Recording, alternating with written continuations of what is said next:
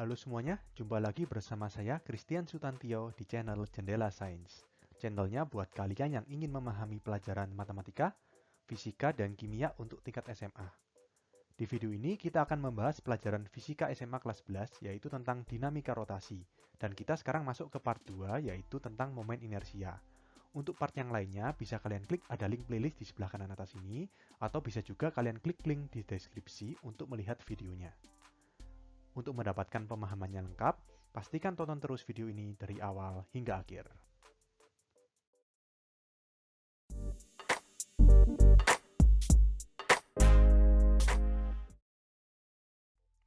Sebelum kita mulai, jangan lupa klik subscribe dengan menekan tombol merah di sebelah kanan bawah ini, dan jangan lupa pencet belnya agar kalian tidak ketinggalan video-video terbaru dari kami. Oke, langsung kita mulai ya. Selanjutnya kita ke momen inersia. Momen inersia adalah ukuran kelembaban suatu partikel untuk berputar pada porosnya. Ya, kelembaban di sini kalian kalau ingat di hukum 1 Newton ya, kelembaban itu artinya kecenderungan suatu benda untuk mempertahankan posisinya. Yang diam tetap diam dan yang bergerak tetap bergerak. Oke, sebelum kita bahas lebih lanjut mengenai apa itu kelembaban, kita lihat dulu rumusnya.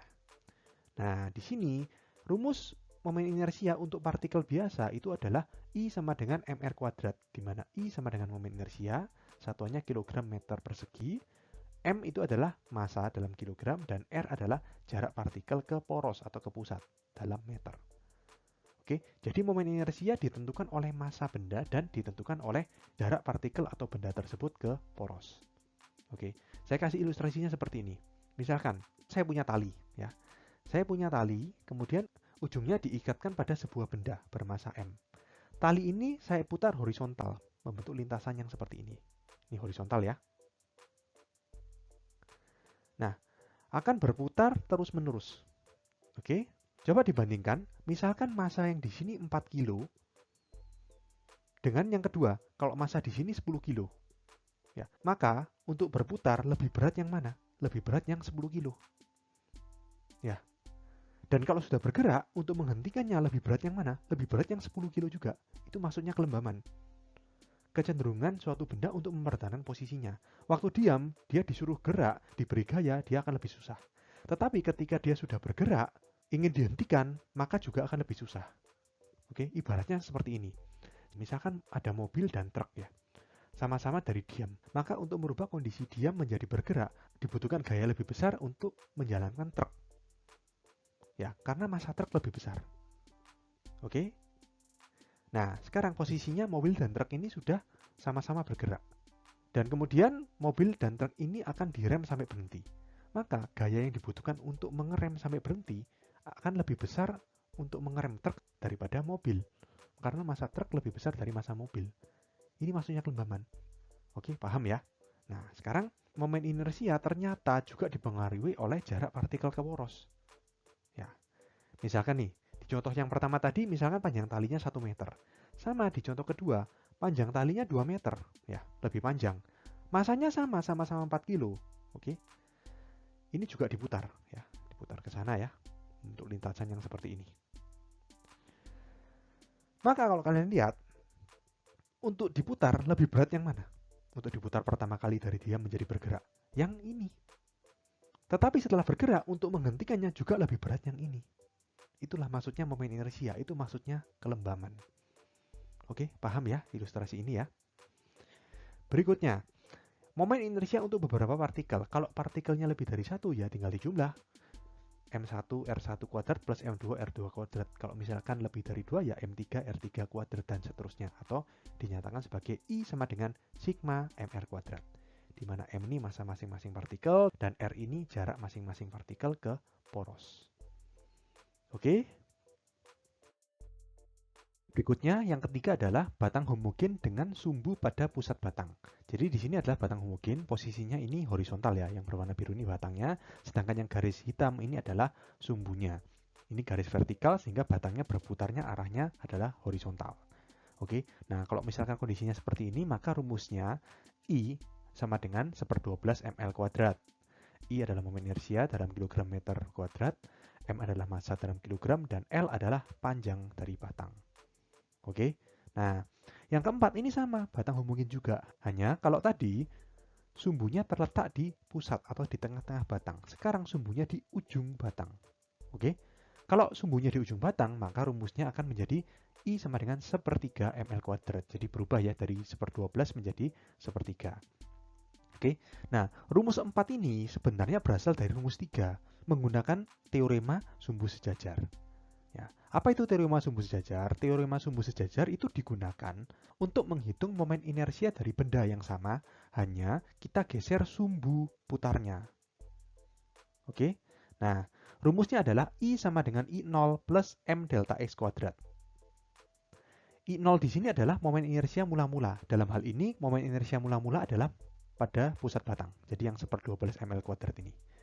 Ini setelah digeser, jadi yang di ujung batang. Nanti kita akan buktikan rumus ini ya, 1/3 ml kuadrat ini ya.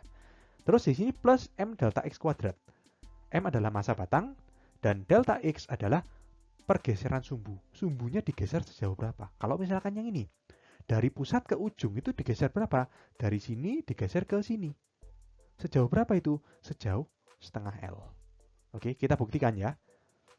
I sama dengan I0 plus M delta X kuadrat. Oke, I0-nya kita masukkan 1/12 ml kuadrat yang di pusat batang ya. Plus M delta X-nya kan tadi mula-mula di sini nih. Kita geser ke sini sejauh setengah L. Ya, berarti delta X-nya sama dengan setengah L.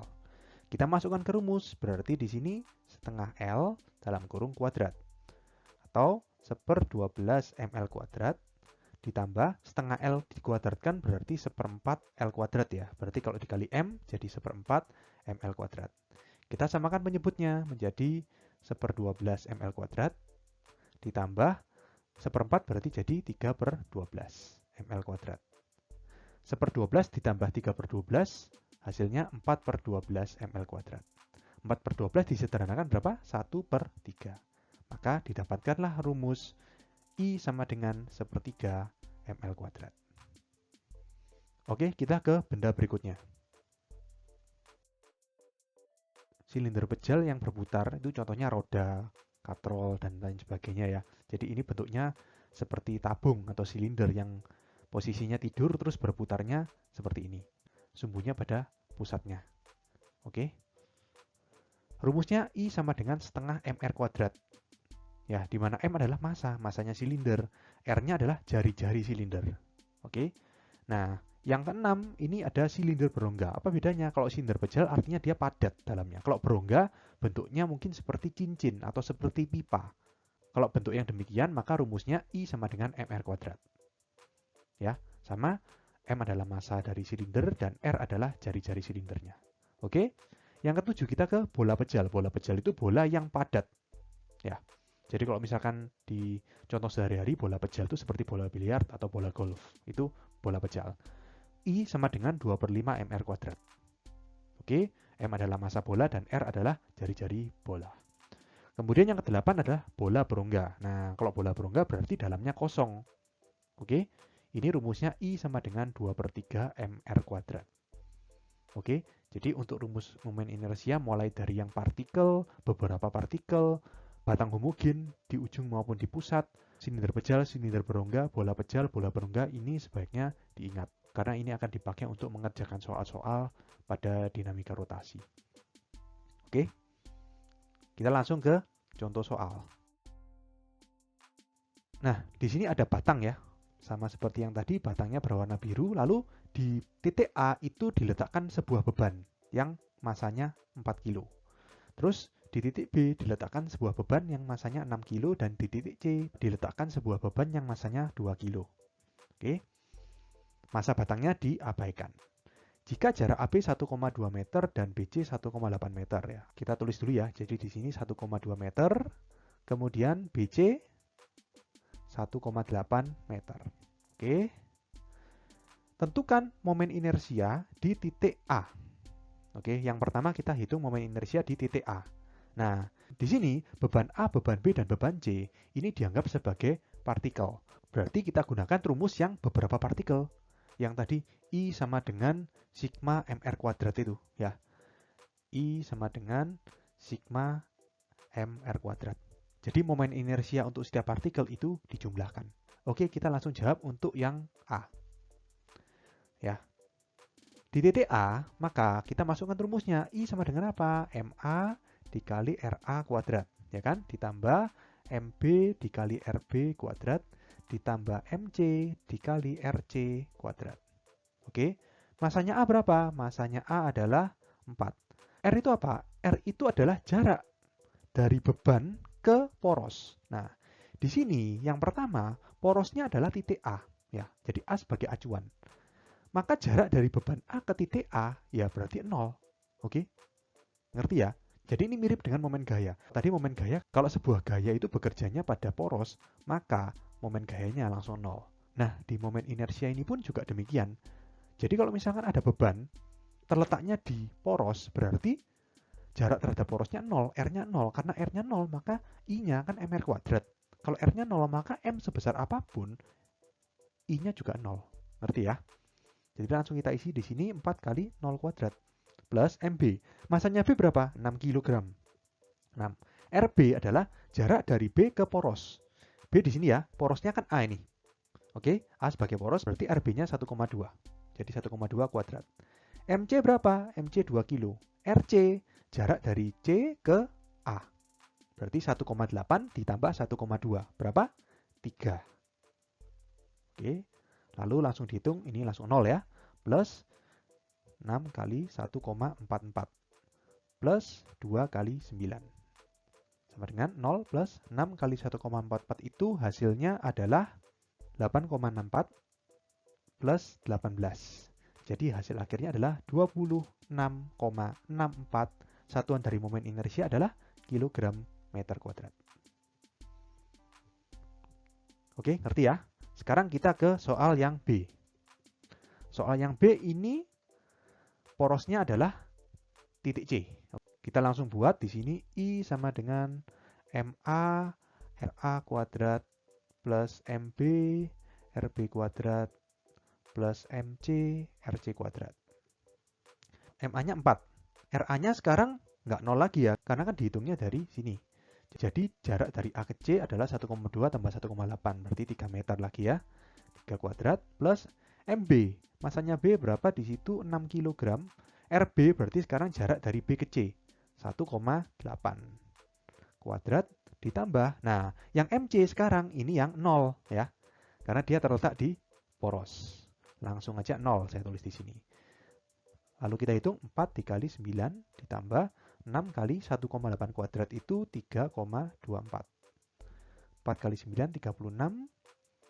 6 kali 3,24 adalah 19,44. Kalau kita jumlah hasilnya adalah 55,44 kg meter persegi. Oke, sekarang kita ke soal C. Sekarang momen inersianya di tengah-tengah batang. Jadi porosnya di mana? Di tengah-tengahnya batang, misalkan di sini titik P ya. Titik P ini karena panjang batangnya adalah 1,2 tambah 1,8 berarti kan 3 meter. Ya. Berarti titik P ini berjarak 1,5 meter dari A dan 1,5 meter dari C. Ngerti ya? Karena titik P di tengah-tengah batang. Kita hitung momen inersia di titik P. I sama dengan MA RA kuadrat plus MB RB kuadrat plus MC RC kuadrat. Oke, kita mulai MA. MA-nya 4 kilo. Terus RA berarti jarak dari A ke P. A ke P ini berarti berapa? Nah, P ini kan setengah-tengahnya AC. Berarti jarak dari A ke P setengahnya dari panjang batang. Berarti 1,5 meter. Oke, jadi 4 dikali 1,5 kuadrat. Plus MB. MB adalah 6 kg. RB jarak dari B ke P. Nah, jarak dari A ke P tadi kan 1,5.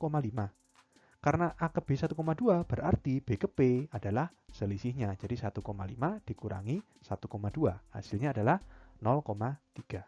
Jadi di sini 0,3 kuadrat. Plus MC. MC-nya tadi berapa? 2 kg ya. RC berarti jarak dari P ke C berarti sama ya. Setengahnya berarti 1,5 terus kuadrat.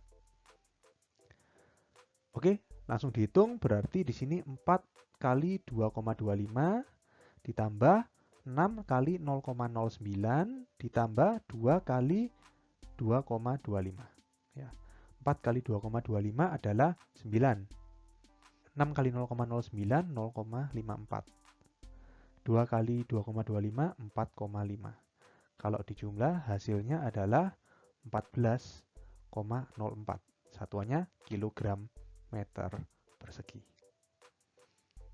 Oke, ngerti ya? Kita ke soal selanjutnya.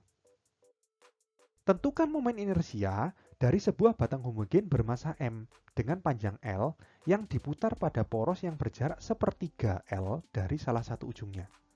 Oke, jadi porosnya adalah sepertiga L dari salah satu ujungnya. Kita gambar dulu batang ya. Kita gambar batang. Oke, kemudian ini porosnya. Ya. Porosnya ini berjarak sepertiga L dari salah satu ujung. Misal dari ujung yang kanan ya. Berarti ini jaraknya sepertiga L. Oke. Nah, bagaimana cara mencari momen inersianya? Ingat tadi caranya adalah dengan teorema sumbu sejajar. Ya, apa rumusnya? Teorema sumbu sejajar, rumusnya I sama dengan apa? I0 plus M dikali delta X kuadrat. Ya, dengan I0 ini adalah momen inersia di pusat batang, ya, yaitu 1/12 ml kuadrat. Nah, kalau di pusat batang berarti kan di sini nih.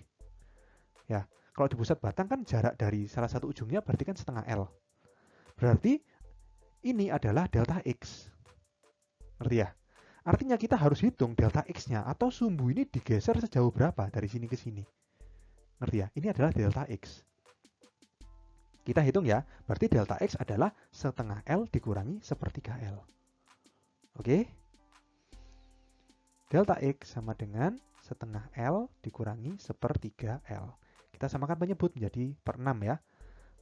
Berarti 3/6 minus 2/6 L. Berarti 1/6 L. Artinya agar sumbu atau poros ini berjarak sepertiga L dari salah satu ujungnya, maka dari pusat batang harus digeser sejauh 1/6 L. Maka kita masukkan nanti di rumusnya delta X-nya adalah 1/6 L. Oke? Jadi di sini 1/12 ml kuadrat plus M dikali 1/6 L kuadrat. Oke, langsung kita hitung di sini. 1/12 ml kuadrat plus 1/6 dikuadratkan berarti kan 1/36 ya. Jadi 1/36 ml kuadrat. Kita samakan penyebutnya sama-sama 36 aja ya. Jadi 3/36 ml kuadrat plus 1/36 ml kuadrat. Atau 4/36 ml kuadrat. Kalau disederhanakan maka I ketemunya adalah 1/9 ml kuadrat. Oke, paham ya? Jadi ini adalah contoh dari penerapan teorema sumbu sejajar. Jadi misalkan kalian disuruh mencari momen inersia pada batang homogen dengan sumbu dimanapun, kalian bisa gunakan rumus ini, teorema sumbu sejajar ini. Oke, paham ya sampai sini? Oke, sekian untuk video kali ini. Thank you for watching. Jika kalian suka, silahkan like dan share video ini. Jika ada saran, kritik, dan masukan bisa kalian tulis di kolom komentar. Sampai jumpa di video selanjutnya.